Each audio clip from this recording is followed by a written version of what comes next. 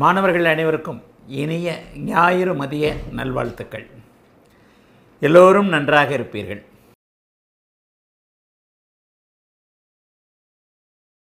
சந்திர பார்வை. இவர் கேட்குறது என்ன? எடுத்தெடுப்பிலே ஒரு பாயிண்ட்டுக்கு வந்துட்டார். அமாவாசை சந்திரன் இப்படி இருந்தால் ஏதாவது பிரச்சனை இது வருமாங்க ஐயா? அமாவாசை சந்திரன் செவ்வாய் பார்வை பெறும் பொழுது சந்திரன் முழு பாவத்துவம் தானே குருஜி? அப்படி என்றால் சந்திர திசையில் செவ்வாயின் காரகத்துவம் பாதிக்குமா? எந்த நாளிலும் எந்த ஒரு நிலையிலும் சந்திரனுடைய இணைவு பார்வை போன்ற அமைப்புகளை பெற்றிருக்கக்கூடிய செவ்வாயின் காரகத்துவம் பாதிக்கப்படுவது இல்லை.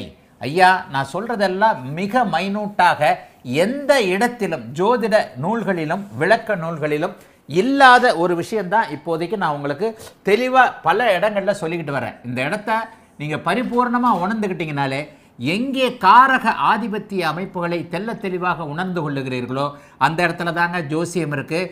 இந்த அமைப்புகளை உணர்ந்த காரணத்தினால தான் நான் நட்சத்திரங்களுக்குள்ள சாரத்தின் அடிப்படையில் பலன்களே இல்லை அப்படின்னு சொல்லிடுவேன். ஐயா, அப்போ இதுக்கு முன்னாடி இருக்கிறவங்களாம் உணரலையா? அது எனக்கு தெரியாதுங்க.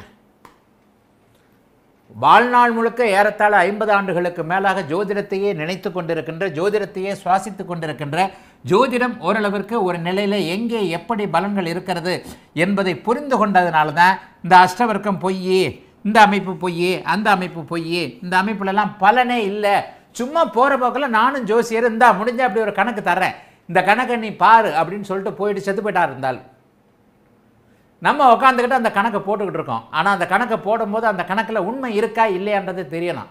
என்னை மறுப்பவர்கள் நட்சத்திரத்தில் சாரத்தில் இல்லை பலனே இல்லை, திதி யோகம் கரணம் நட்சத்திரம் நட்சத்திர சாரங்கள் நட்சத்திரத்தில் 10 பொருத்தம் என்கின்ற குப்பையில் போட்டால் 10 பொருத்தத்தில் குப்பை கட்டு போயிடும். அந்த அளவுக்கு மோசமான ஒரு 10 பொருத்தம். இது போன்ற அமைப்புகளை நான் சொல்லும் பொழுது ஆரம்பத்தில் அச்சா புச்சான்னு கிளம்பினவங்க கூட இப்போ சைலண்ட்டாக இருக்கிறாங்க. ஏன்னு சொன்னால் எதிர்த்து பேசுகிறதுக்கு கருத்துக்களே இல்லை. நம்ம பேசுகிறது எல்லாமே ஒரு நிலையில் ஆய்வு செய்து ஆராய்ந்து முழுமையாக எல்லா இடத்துலையும் ஒரு 50 ஆண்டு கால அனுபவத்தின் வாயிலாக வெளிப்பாடாகத்தான் சில விஷயங்களை சொல்கிறேன். இந்த மாதிரி தான் இப்போ நான் சொல்ல போகிறது. சந்திரன், அமாவாசை சந்திரன், ஒரு சாதாரணமாகவே போட்டுடுறேன். அமாவாசை சந்திரன் இந்த இப்படி போடுறேன். கும்பத்தில் சூரியன் சந்திரன், இந்த இடத்துல சூரியனோ சந்திரனோ உச்சங்கச்சம் எதுவுமே இல்லை. அமாவாசை சந்திரன் செவ்வாய் பார்வை பெறும் பொழுது, அமாவாசை சந்திரன் செவ்வாயுடைய பார்வை பெறுகிறார். அமாவாசை சந்திரன் இளங்கோவன், அமாவாசை சந்திரன் செவ்வாய் பார்வை பெறும் பொழுது சந்திரன் முழு பாவத்துவம் தானே குருஜி? அப்படின்னா சந்திர திசையில் செவ்வாயின் காரகத்துவம் பாதிக்குமா? சந்திர திசையில் செவ்வாயின் காரகத்துவம் ஃபஸ்ட்டு, அமாவாசை சந்திரனுக்கு பார்வை கிடையாது. ஐயா சாமி, உனக்கு ஒளி இருந்தால் தானே நீ பார்க்கறதுக்கு, உனக்கு கண்ணு இருந்தால் தானே நீ பார்க்கறதுக்கு. பார்வையற்ற கிரகமாக அமாவாசை சந்திரன் இருக்கும்ல, அமாவாசை சந்திரனுக்கு எங்கே பார்வை இருக்கு? அமாவாசை சந்திரனுக்கு பார்வையே கிடையாது, அது வாய்ப்பே கிடையாது. அமாவாசை சந்திரன் இதெல்லாம் விளக்க நூல்களே இல்லை. அந்த காலத்தில் பௌர்ணமி நேரத்தில் சந்திரனுக்கு நேரத்தில் குரு சுக்கரன் இருக்கும்போது பலன்னு இருக்கிறத பார்த்துட்டு சந்திர யோகத்தை சொல்லிட்டு போயிட்டாங்க. அதே சந்திர அதியோகத்தை சொல்லிட்டு போனவர் அமாவாசை சந்திரனுக்கு சந்திர அதியோகம் இல்லைன்னு சொல்லலை, எந்த மூல நூல்லையும் இல்லை. நம்ம தான் சுபத்துவ பாவத்துவ தேரியை போட்டு ஆராய்ஞ்சு இந்த பார்வை அப்படி இருக்குது, அந்த பார்வை இப்படி இருக்குது. அமாவாசை சந்திரனுக்கு கிரகங்களை சுபத்துவப்படுத்த, பௌர்ணமி சந்திரனுக்கு கிரகங்களை சுபத்துவப்படுத்தக்கூடிய தன்மை மட்டுமே இருக்குதே தவிர சந்திரனுடைய 7ஆம் பார்வை மட்டுமே பாவக சுபத்துவத்தை செய்யும். அதே இப்போ இந்த இதில் சொல்கிறேன். சந்திரனுடைய பௌர்ணமி சந்திரன் 6, 7, 8 இருக்கக்கூடிய கிரகங்கள் சுபத்துவம் பெறும். 6, 7, 8ஆம் பாவகங்கள் சுபத்துவம் பெறுமானா பெறாது. சந்திரனுடைய நேர் பார்வையை பெறக்கூடிய அந்த 7ஆம் பாவகம், சந்திரனுக்கு 7ஆம் இடத்தில் இருக்கக்கூடிய பாவகம் மட்டும்தான் சுபத்துவத்தை அடையும். இப்போ இந்த இடத்துல எல்லாருக்கும் புரிகிற மாதிரி ஒரு விஷயத்தை கண்டிப்பாக எடுத்து, நான் ஃபஸ்ட்டு கமெண்ட்டே நல்ல கமெண்ட்டு. போன வாரம் ஆர்பி ஒரு நல்ல கமெண்ட் கொடுத்த மாதிரி எல்லாரும் நல்லா புரிஞ்சுக்கங்க. நிறைய இடங்கள் இதை சொல்கிறேன், நிறைய லைவில் என்ன அறியாமல் இதற்கான விஷயங்களை சொல்கிறேன். இதை நல்லா தெளிவாக புரிஞ்சுக்கங்க. இந்த இடத்துல நான் ஒருத்தருக்கு தேங்க்ஸ் பண்ணணும். என் மாணவர் பெங்களூர் பிரபு இவ்வளவு தூரம் மூச்சை பிடிச்சிட்டு நான் கத்துற விஷயத்த நம்ம பெங்களூர் பிரபு தான் வந்து எழுத்தால் கொண்டு வர போகிறார். இதெல்லாம் உண்மையிலேயே எந்த மூல நூல்லையும் இல்லை, எந்த விளக்க நூல்களையும் இல்லை. இதை வந்து சொன்னால் தற்பெருமை சுய தம்பட்டம்னு வரும், சொல்லித்தான் ஆகணும். இந்த இடத்துல இப்போ நான் சொல்ல போகிற இந்த விஷயம் நம்முடைய மாணவர்களுக்கு மட்டும் தனித்துவமானது. ஏற்கனவே நிறைய இடங்களில் அதை சொல்லியிருக்கிறேன்.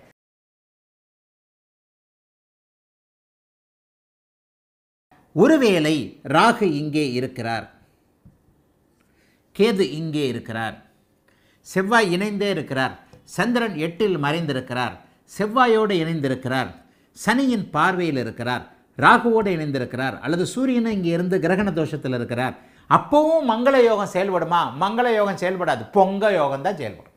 சத்தியமாக செயல்படாது.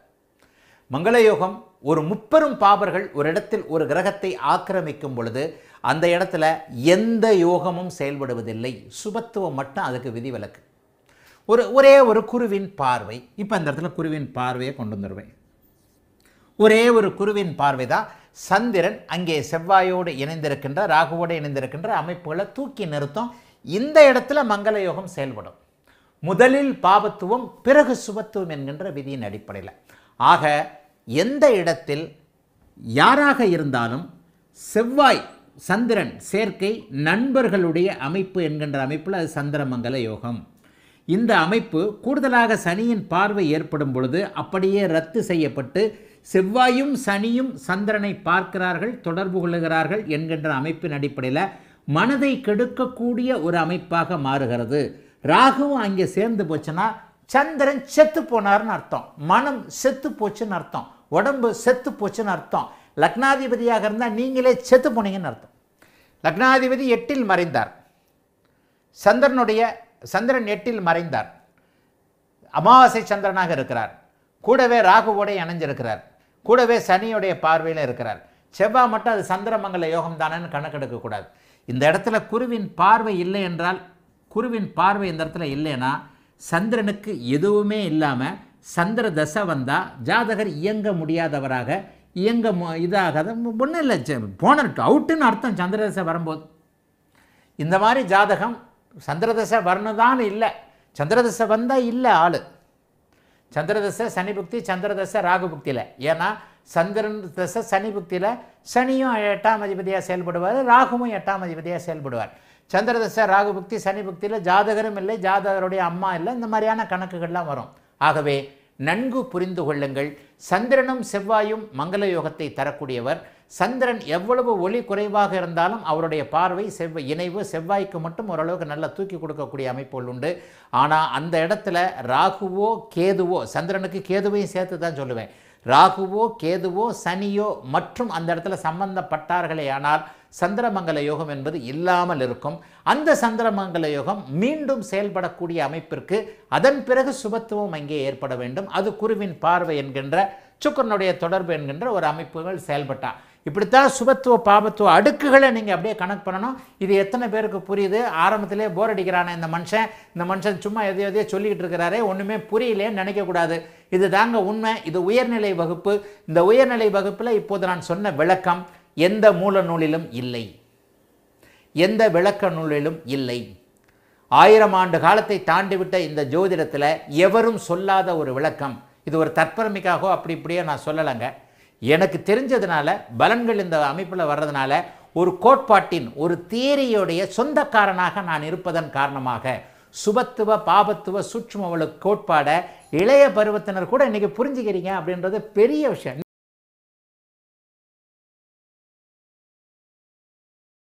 இந்த இடத்துல செவ்வாய் பார்வை, சனி பார்வை, இந்த சந்திரன் சனியின் பார்வை பெற்ற சந்திரன் இந்த பாபத்துவ அமைப்புகளை பிரதிபலிப்பாரானா? ஆமாதானே? ஆமாம். இந்த இடத்துல அவருக்கு பார்வை என்பது இல்லை, நல்ல பார்வை என்பது இல்லை. ஆனால் இருளடைந்த சந்திரனுடைய சனியுடைய அமைப்புகளை சனியின் பார்வையை அவர் சர்வநாசமாக 2ஆம் பாவகத்தோடு பிரதிபலிப்பார். இது ஜெயமணி தத்துவம்னா கூட இதுதான் உண்மை. இத்தனை தோஷத்தையும் ஒரு குருவின் பார்வை நீக்கும். இப்போ என்ன நடக்கும்னு பார்த்தா, சனியின் பார்வையால் பாபத்துவம் அடைந்து ராகுவால் கிரகண தோஷத்தை அடைந்திருக்கின்ற இந்த சந்திரன் எதிலும் பாபத்துவத்தை விட சுபத்துவமே மேலோங்கி நிற்கும் அப்படிங்கிறது என்னுடைய சுபத்துவ தத்துவம்.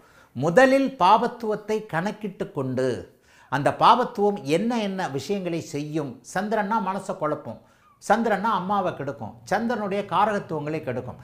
அந்த அமைப்புகளை புரிந்து கொண்டு முதலில் கெட்டு போனதற்கு பிறகு கெட்டதற்கு பிறகு கெட்டது அப்படியே இருக்குமா, ஏதேனும் நிவர்த்தி அடையுமா என்பதை தெளிவாக புரிந்து கொண்டு, இப்படி இருந்தால் கெட்டது கெட்டது தான், மனம் கெட்டு போச்சு, அம்மா கெட்டு போச்சு, அம்மா வழி அமைப்புகள் நல்லா இல்லை, திரவ வழி அமைப்புகள் தான் உங்களுக்கு சந்திரனுடைய காரகத்துவங்கள் என்று சொல்லப்படக்கூடிய மனமாகட்டும், திரவமாகட்டும், நீராகட்டும், அதாகட்டும், இதாகட்டும், வெள்ளை நிறமாகட்டும், எல்லாம் கெட்டு போச்சு, எதுவுமே உங்களுக்கு கை கொடுக்காது.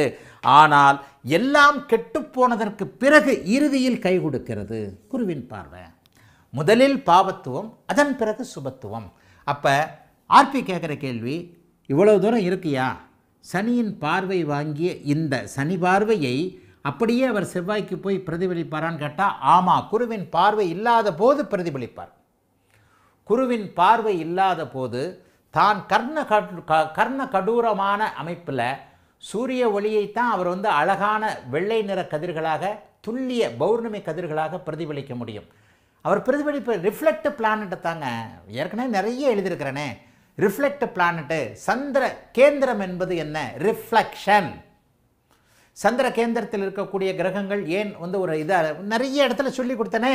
சந்திர கேந்திரத்தில் எப்படி ரிஃப்ளெக்ஷன், இந்த இடத்துல ஒளி இருக்கிறது, இந்த இடத்துல சந்திரன் இருக்கிறார், இந்த சந்திரனுடைய ஒளி இங்கே இருக்கிற கண்ணாடிக்கும் இங்கே இருக்கிற கண்ணாடிக்கும் இங்கே இருக்கிற கண்ணாடிக்கும் பிரதிபலிக்கும்னு சொன்னேன் இல்லையா.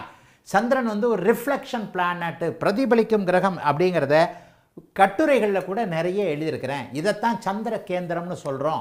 சந்திரனை தவிர வேறு எந்த கிரகத்திற்கும் ரிஃப்ளெக்ஷன் பிளானட்டை நம்ம ரிஃப்ளெக்ஷன் அமைப்பை நம்ம வலியுறுத்தி சொல்லலை.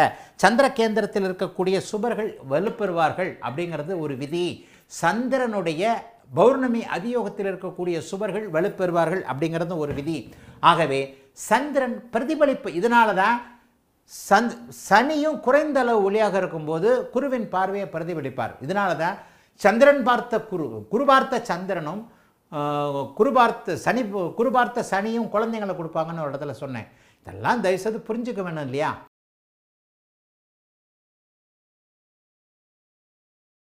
இப்போ நான் ஒரு வார்த்தை வித்தியாசத்தில் ஒரு நல்ல சொல்லாடல் சொன்னேன். ராகுவோடு இணைந்திருக்கும் பொழுது ஒளி குறைகிறது, சனியோடு இணைந்திருக்கும் போது ஒளி கலப்பு தன்மை அடைகிறது, பாவத்துவம். கிரகணம் என்பது ஒளி குறைப்பு மற்றும் பாவத்துவம். கிரகணம் என்பது ஒளி குறைப்பு மற்றும் பாவத்துவம். தன்னுடைய ஒளியை சந்திரன் இழக்கிறார். நல்லா தெரியுதே, கிரகணத்தன்னைக்கு அமாவாசை மாதிரி ஆயிடுறாரே சூரியனும் சந்திரனும். கிரகணத்தன்றைக்கு வானத்திலேயே முழு நிலவு மறைஞ்சு போகுது, சூரியன் மறைஞ்சு போகுது. ஆனால் சந்திரனும் சனியும் இணையும் போது மறையறதில்லை. நம்முடைய கண்ணுக்கு தெரியாத ஒளி கலப்புகள் என்று சொல்லப்படக்கூடிய இன்ஃப்ராரெட்னு எடுத்துக்கிட்டாலும் சரி, எந்த கதிர்வீச்சுன்னு எடுத்துக்கிட்டாலும் சரி, ஏதோ சனியின் தேவையற்ற நீல நிற கதிர்களும் தேவையான வெண்மை நிற சந்திரனுடைய கதிர்களும் கலக்கின்றன. அப்படித்தான் நீங்கள் எடுத்துக்கணும். ஆக ஒளி குறைகிறது, பாபத்துவமாகிறது என்கின்ற இரட்டை நிலை அமைப்புகளை நீங்கள் தெல்ல தெளிவாக புரிஞ்சுக்கிட்டு தான் சந்திர அதியோகத்தை பற்றி பலன் எடுக்க முடியும், சந்திரனுடைய பார்வையை பற்றி பலன் எடுக்க முடியும்.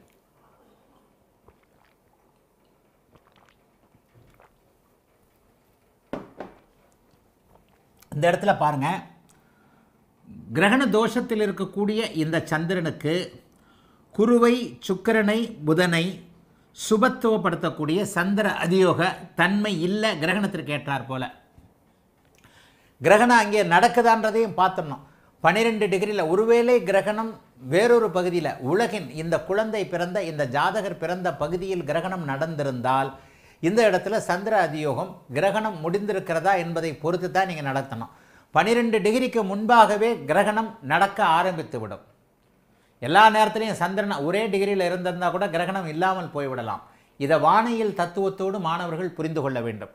பொதுவாகவே கிரகணம் பௌர்ணமிக்கு முதல் நாள் சதுர்த்தசியிலே வந்துடும். பொதுவாகவே பௌர்ணமிக்கு முதல் நாள் சதுர்த்தசியிலே கிரகணம் வந்துவிடும். கிரகணம் முடிந்ததற்கு பிறகுதான் பௌர்ணமி அமைப்புகள் நிறைவடையும். அதையும் நீங்கள் நல்ல விதமாக பார்த்துக்கணும். ஆக இந்த இடத்துல இப்போ நான் சொன்ன மாதிரி சந்திரன் பௌர்ணமி அமைப்பில் இருந்தாலும் கூட ராகுவோடு சேர்ந்திருக்கும் பொழுது ஒளி குறைப்பு மற்றும் பாபத்துவத்தை அடைகிறார்.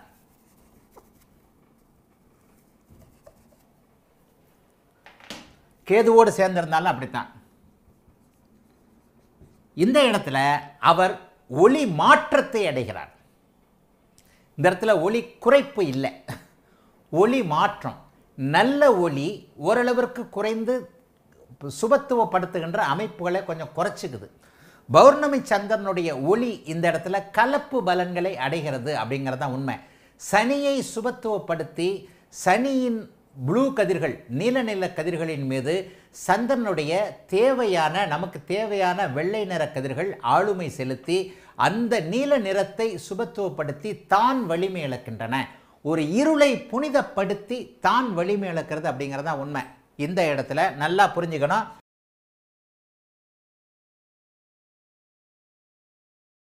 ஏயா பாவகங்களை அவர் சுபத்துவப்படுத்த மாட்டேன்றாரு, ஆனால் அந்த இடத்துல உள்ள கிரகங்களை அவர் சுபத்துவப்படுத்துவார் அப்படின்னு நீ சொல்றியே அப்படின்னு பார்த்தா இந்த இடத்துல என்ன ஒரு விளைவு தோணுகிறது, என்ன ஒரு விளைவு இருக்கிறது அப்படின்னு பார்த்தீங்கன்னா, சந்திரனுக்கு பக்கத்தில் புதனும் சுக்கிரனும் இருக்குது. அதான் நம்ம பூமிக்கு பக்கத்தில் தான் புதனும் சுக்கிரனும் இருக்குது. நம்முடைய பூமிக்கு பக்கத்தில் புதனும் சுக்கிரனும் இருக்கின்றன. பூமியிலிருந்து பார்த்தா கிட்டத்தட்ட 15 கோடி கிலோமீட்டர்களுக்கு உள்ள சுக்கிரனும் புதனும் வந்துடுது. 15 கோடி கிலோமீட்டர்களுக்குள்ள சிறிய கிரகங்களான சுக்கிரனும் புதனும் வந்து விடுகின்றன. ஆகவே சந்திரனுடைய ஒளி பிரதிபலிப்பு தன்மை ஒரு 15 கோடி கிலோமீட்டர்களுக்குள்ள இருக்குன்னு வச்சுக்கலாம். ஆனால் குருவுக்கு இந்த லாஜிக் பொருந்தாதே. 150 கோடி கிலோமீட்டருக்கு அப்பால குரு இருக்கிறாரேன்னு பார்த்தீங்கன்னா, இந்த புதனையும் சுக்கிரனையும் விட 1500 மடங்கு பெரிய கிரகமாக குரு இருக்கிறார். அதனால் அதில் ஏதோ ஒரு லாஜிக் இருக்குது. இது என்னெல்லாம் புரியலைங்க. நம்ம வானசாஸ்திர அமைப்பெல்லாம் இருக்க முடியாது. இந்த இடத்துல குரு சந்திரனுக்கு நேரெதிர இருந்தால் கூட குரு பெரிய கிரகமாக இருக்கும்போது இந்த இடத்துல குருவின் மஞ்சள் நிறமும் சந்திரனுடைய ஒளியும் ஏதோ ஒரு விதத்தில் கனெக்ட் ஆகும்போது 6ஆம் இடம் சரியாகத்தான் இருக்கும். ஆக என்ன நீங்கள் புரிந்து கொள்ள வேண்டும் அப்படின்னு பார்த்தீங்கன்னா, சந்திரனுக்கு எதிரே இருக்கக்கூடிய அதியோகம், சந்திர அதியோகம், இந்த அதியோகம் 6, 7, 8 இருக்கக்கூடிய 3 சுபர்களுக்கும் கிடைக்கும், பாபர்களுக்கும் கிடைக்கும். அது பாப அதியோகம். சுபர்கள் நன்மைகளை, சுப அதியோகத்திற்கு என்ன வித்தியாசம், பாப அதியோகத்திற்கு என்ன வித்தியாசம்? அதாவது சந்திரனுக்கு 6, 7, 8 குரு சுக்கிரன் புதன் இருக்கும்போது இயல்பாக தருகின்ற நன்மைகளை அதிகப்படுத்தி தருவார்கள். தங்களுடைய காரக ஆதிபத்தியங்களை சந்திர அதியோகத்தில் அதிகப்படுத்தி தருகிறார்கள். பாப அதியோகம் என்ன இருக்கு? பாப அதியோகம் தான் இருக்கு. அதே தான். அதாவது இயல்பாக அவர்கள் தர வேண்டிய பாபத்துவத்தை குறைத்து தருவார்கள். பாபர்கள் கெட்ட தன்மையை குறைத்து கொள்வது பாப அதியோகம். அதாவது பூரண சந்திரனுக்கு 6, 7, 8 இருக்கக்கூடிய, பூரண சந்திரனுக்கு 6, 7, 8 இருக்கக்கூடிய குரு புதன் சுக்கிரன் ஆகிய 3 சுபர்களும் தங்களுடைய நல்ல ஆதிபத்திய, நல்ல காரகத்தன்மைகளை கூடுதலாக அதிகப்படுத்தி புத்திசாலித்தனத்தை, தனத்தை, தனவந்தத்தை, தன அமைப்புகளில் காசு பண அமைப்புகளை, அழகு சார்ந்த விஷயங்கள், சொகுசு அத்தனை அமைப்புகளையும் கூடுதல் பண்ணி கொடுக்குறாங்க அதியோகத்தில். நல்லா புரிஞ்சது அவர்களுடைய தசாபக்திகளில்.